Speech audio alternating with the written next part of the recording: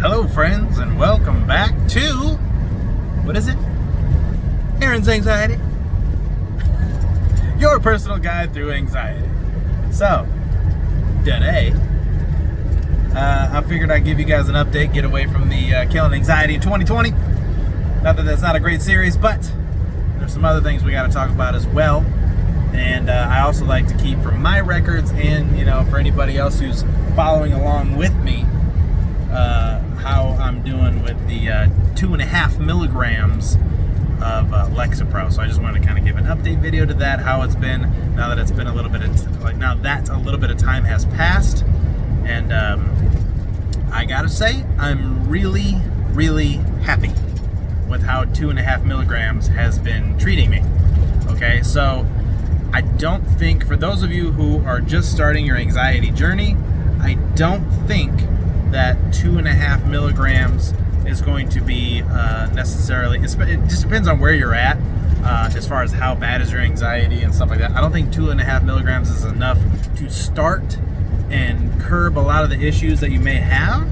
But once you get this into your system and life gets a lot better and you figure out new ways of coping with anxiety in your daily life, that's what the Killing Anxiety in 2020 is about. It's about, once I get off of this pill, how far can I take this? How far can I go? At what point can I get away from the pill? Some people, they say, can get off of it completely, and that's definitely shown to be true. I think that's the vast majority. And then there's some people, which may be like myself, I'm not, it used to kind of scare me. It doesn't scare me anymore. It's like, if I got to be on, I might not ever get away, basically. You know what I mean? And that's totally fine with me. It used to be like, oh my God. Now I just don't care. It could be great. If not, whatever. But basically, this 2.5 milligrams was my way of figuring out if I'm that person. If I'm a person that I could possibly get away from the medication. And so I'm a firm believer in, it's not just one thing that's going to get her done. It's a series and combination of several things that are practiced often. Good habits. Once you get the good habits down, then it takes a lot of the stress off of the Lexapro to be, handling all the situation.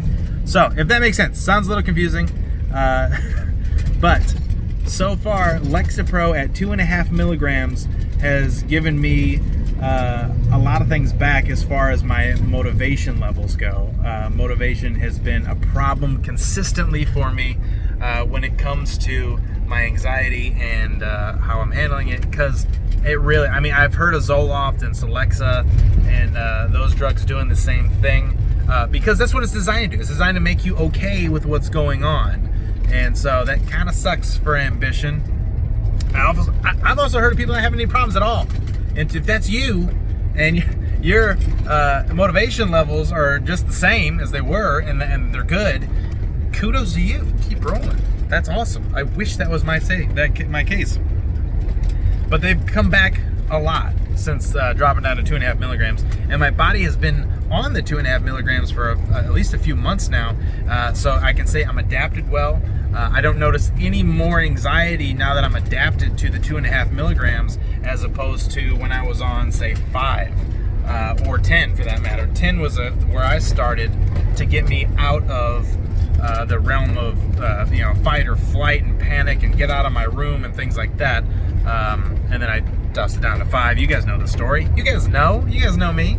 But yeah, so, and I don't, as far as because I've also had the weight gain and stuff, and that's just because I'm like, oh, it will go great with Lexapro ice cream.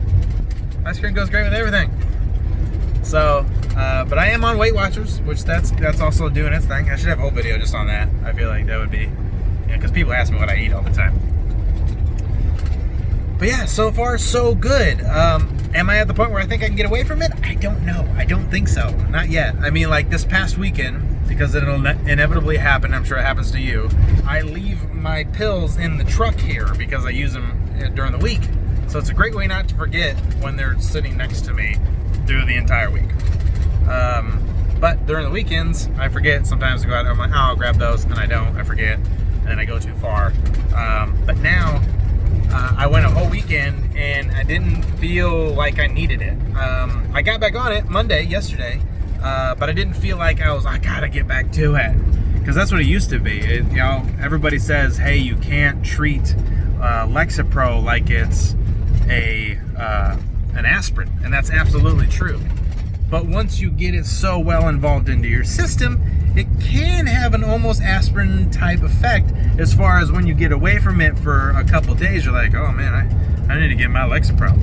And then you take it, and then like 20 minutes later, you kind of just feel the anxiety kind of fall off. So once you're well established into it and you got the right dosage and the right drug down, then it almost can be like an aspirin type effect, which is kind of nice, something to look forward to. But yeah, I went all weekend. I was actually kind of really proud of that. I was thinking, man, maybe there is hope, because I've always just kind of said, oh, this is just going to be me now, and I'm fine with that. But there actually may be a chance that I could get off of it. I don't think it's going to be anytime soon, but when I do, I will be dragging you guys along with me. All right? Okay, friends, I'm not going to let this video go too long. It's just a quick little update. Just wanted to keep you guys in the loop, because you guys are always keeping me in the loop, and I appreciate that. I sincerely do. Thank you for giving a little bit of your time to be a part of my life, and I appreciate that. All right, friends, until next time, like, comment, subscribe, do all those fun things. And I'm Aaron. You're awesome. And I will see you in the next video.